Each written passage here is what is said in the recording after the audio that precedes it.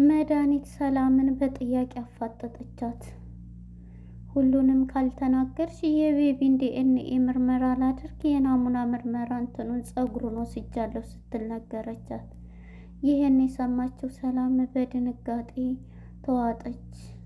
ለአንዴና ለመጨረሻ ጊዜ የምንጠይቅሽን መልስ ተናገሪ ብለው በጥያቄ ቢሏትም እሷም ለአንዴም ሆነ ለመጨረሻ ጊዜ እንዳትጠይቁኝ እኔም የመጨረሻዬ ነው ብላ ነበር መልስ የሰጠችው።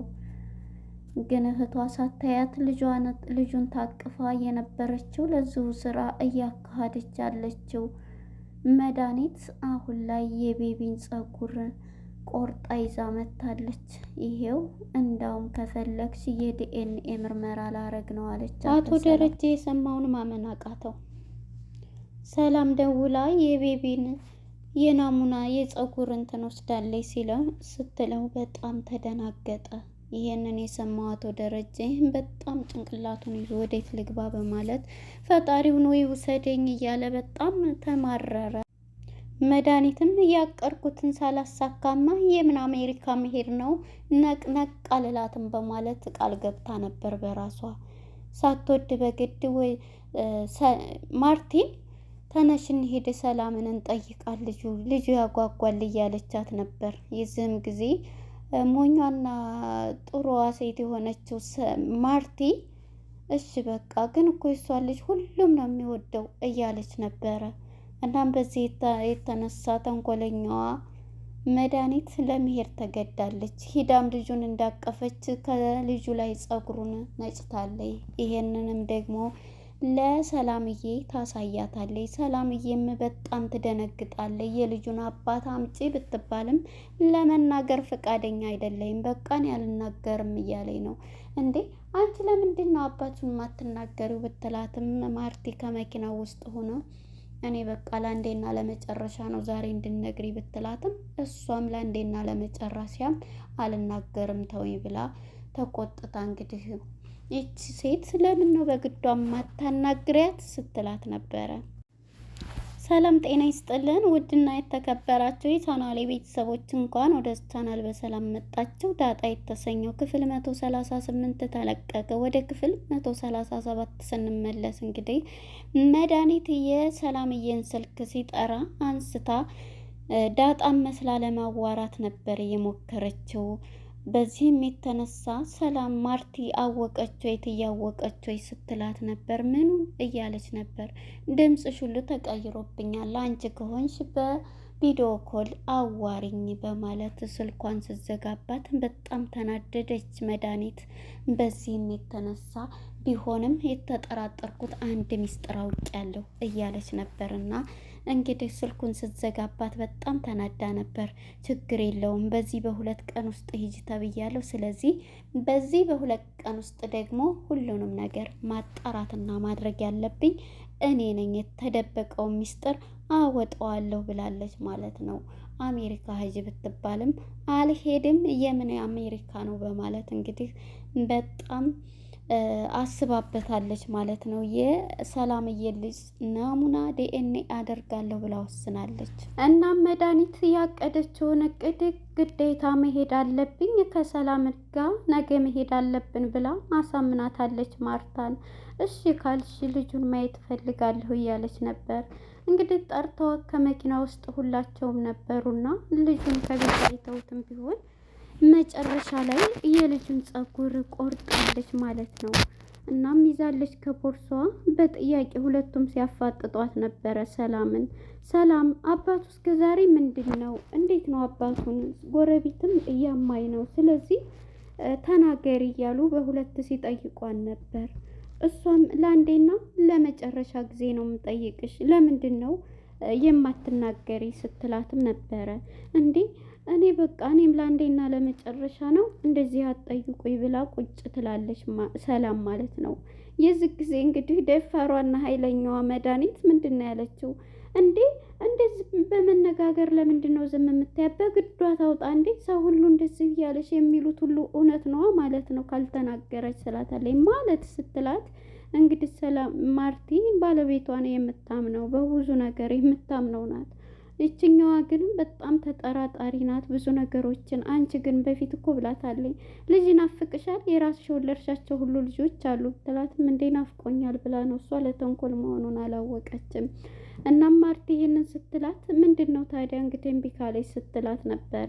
እንዴ በግዷ ትናገር፣ አልናገርም ካለች የልጁ አባት ደረጀ ነው ማለት ነው ስትል እንግዲህ ማርቲም ደሟ ይፈላና በጥፊ ተሰጣታለች ማለት ነው ለመድኃኒት። መድኃኒትን በጣም ትናደድባታለች። የዚህ ጊዜ በሩን ከፍታ ወይዘሮ ማርቲ በሩን ከፍታ መስኮት ትወጣለች ማለት ነው። እናም ቆይት ትልና አንቺ ግን የምትናገሪ ከሆነ እንግዲህ ታውቂያለሽ፣ ይኸውልሽ ይሄውናልሽ ይሄ የምታየው ምንድን ነው? እንግሊዘኛ ማንበባችን በመሰረቱ ይሄ ማለት የልጅሽ ፀጉር እንዳቀፍኩት ቅድም እየቆረጥኩት ነው። ይሄን ደግሞ ዲኤንኤ አደርገዋለሁ ስትላት ነበር። የዚህ ጊዜ እንግዲህ በጣም ትናደዳለች። ሰላምም የምትለው ሁሉ ጠፋባት ማለት ነው። ስሜታዊ ትሆናለች። ምንም ማድረግ አይቻልም። ስለዚህ በጣም ተናደደች።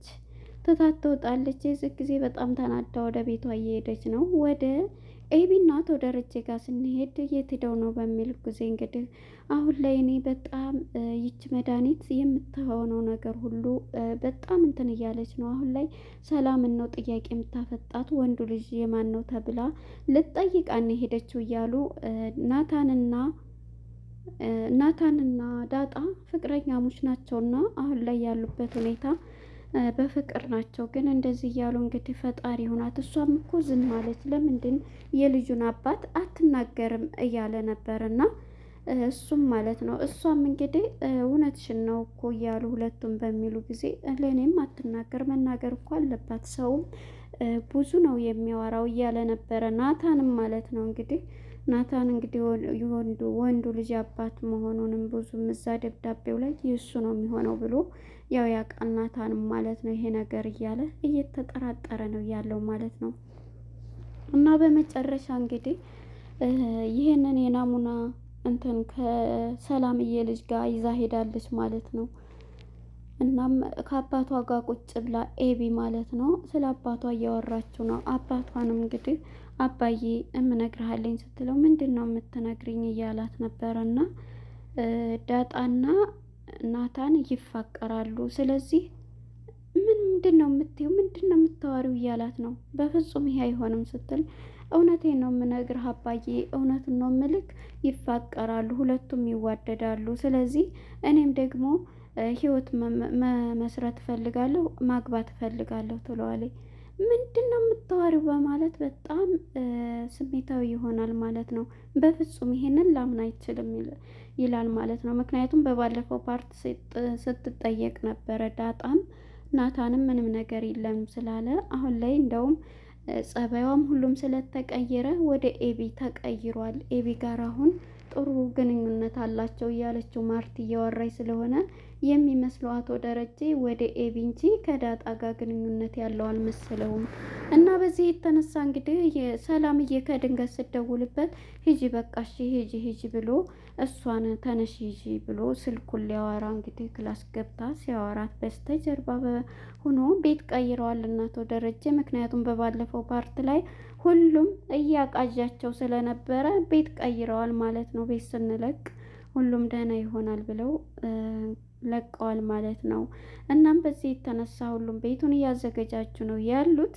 በመጨረሻ እንግዲህ አቶ ደረጀ ስልኩን ሲያነሳው ለአቶ ደረጀ ስነግረው ሰላም የቤቢን ፀጉር ወስዳለች ዲኤንኤ አደርጋለሁ ብላ እያለው ነበር። ይሄንን ሲሰማ አቶ ደረጀ በጣም ይናደዳል። እንዴት ይች ሴትዮ እንዴት ነው እንደዚህ እንትን የምትለው ስትል የፈራ ነው ሆኗል እያለችው ነበር። ምንድን ነው ንገሪኝ ሲላት ሁሉንም ትነግረዋለች። አቶ ደረጀን በጣም ይናደድና አምላኬ ምን ነው ፈተና ይበዛ እያለ ፈጣሪውንም ሲያማረር ወይ ውሰደኝ እያለ ወደ በረንዳ ወጥቶ እየተጨናነቀ ይገኛል ማለት ነው።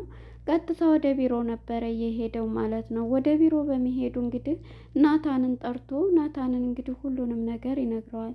ናታን እኔ ካንተ ይሄን አልጠብቅም፣ ሁሉም እንደ እህቶችህ ነው የምታየው፣ እንደ ወንድሞቿ እንዴት ትሆን ነው የማየው፣ እንዴት ነው የምሰማው ነገር እያለ ምንድን ነው አባዬ ሲለው ይሄ ይቅርና አሁንም እነግርህን አድርግ ይለዋል ማለት ነው። ናታንም እንግዲህ ሁሉንም ነገር አቶ ደረጀ ይነግረዋል። ያው ሁሉንም የሌላው ሚስጥር ይቆይና ከእሷ ክላስ ገብተህ ከቦርሷ ይዛሃት የሆነ ነገር አድርግልኝ፣ ያንን ዲኤንኤ ታረገች በጣም ተዋረድኩ ብሎ እንግዲህ ያው ይሄን ባይነግረውም ልጅ እንዳለው ምክንያቱም ይታዘበኛል ናታንም ብሎ አቶ ደረጃ አሁን ላይ በፍርሃት ነው የሚገኘው እና በዚህ የተነሳ ሁሉ ይሄንን ባይነግረውም ሄደ እንደዚህ ቃንትን ብላለች ከሰላም ጋር ይሄን አድርግ ብሎታል ማለት ነው። ናታንም የሱን ትዕዛዝ ተቀብሏል ማለት ነው። ወደ ለዛ ጋር ስንሄድ ለዛና ገዜ ማለት ነው ሁለቱ አሁን ላይ ጸብ ላይ ነበሩና አስታርቂኝ ባክሽን እያለች እየለመነች ነው ለዛ የምትገኘው ለዳጣ ማለት ነው። ወደ ገዜ ጋር በመሄድ እንግዲህ እንሸማገል እያሉት ነው እና እባክን ታረቃት፣ ለምንድን ነው እንደዚህ እንትን የምትለው እንዴ? እኔ እኮ እሷን መቼ እንትን አልኳት፣ መቼ ተጣልኋት እያለ እንግዲህ ኮራ ሲልባት ኮራ ነው የሚሉት ወንዶቹና ኮራ ብሎባታል። እሷም ስለወደደች ወዳ ውስጥ ስለነበረ እንግዲህ ቀብረር እያለባት ትገኛለች። እሷ ብዙ ቀን እንደዚህ እንትን ብላት አይገባትም እያለ ነበርና እንግዲህ ወደ አቶ ደረጀ ጋርና ወደ ናታን ጋር ስንሄድ ናታን ያው የእሱን ትዕዛዝ ተቀብሎ እሺ ሁሉንም ነገር እሞክራለሁ ብሎ እንግዲህ ለሁለተኛ ጊዜ በባለፈው ፓርት ላይ ሊደፍረኝ ገብቶ ነበረ ያለችው ማለት ነው። በመጨረሻ እንግዲህ አቶ ደረጀ ያለውን ትዕዛዝ ተቀብሎ ወደ መድኃኒት ክላስ ነበረ ቆርቆሮ የገባው ማለት ነው። እሷም በድንጋጤ ዛሬ ደግሞ ምን ሊሰራ መጣ ብላ ደንግጣለች። ምክንያቱም በባለፈው ስለዛ ካሜራ ለመቀማት ነበረ። ምክንያቱም ተጠራጥራለች ሁሉንም ነገር ማለት ነው። እዚህ ቤት እየተደበቀ ሁሉም ያውቃሉ። ስለዚህ በእህቴ ላይ እየተጫወተባት ነው፣ በማርቲ ላይ እያለች ነው። እና አሁን እንግዲህ ቀጥታ ገብቶ ናታንም ወደ እሷ ያንን የያዘችውን ነገር ስለነገረው እንድትቀማ ስላለው ክላሷ ነበረ ቆርቁሮ ወደ እሷ እየተጠጋ የነበረው ማለት ነው። እንግዲህ ፖርሷን ይይዘዋል ብዬ አስባለሁ። እዛው እንግዲህ ተያይዘው ወይ ሊደፍራኝ ነው ብላ እሪ ልትል ትችላለች። እንግዲህ ይሄ ደግሞ ከተፈጠረ እውነቱን ሰላም ደውላ ስለተናገረች ለዛ ነው እንደዚህ የሚሆኑት ብላ ትጠራጠራለች ማለት ነው። በጣም ይገርማል።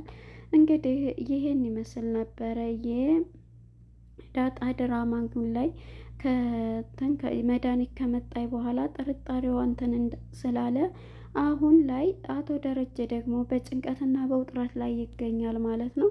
እንግዲህ ናታን ይቀማታል ወይንስ እዛው ይዘው ጥጥለውና ምክንያቱም የት እንዳደረገችው አያውቅም። በእርግጥ ፖርሷ ውስጥ ነው ያለው።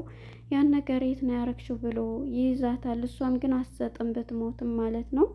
እንግዲህ እዚህ ላይ ነው ድራማው እሱም ክላሷ ገብቶ ሊያልቅ የቻለው ማለት ነው።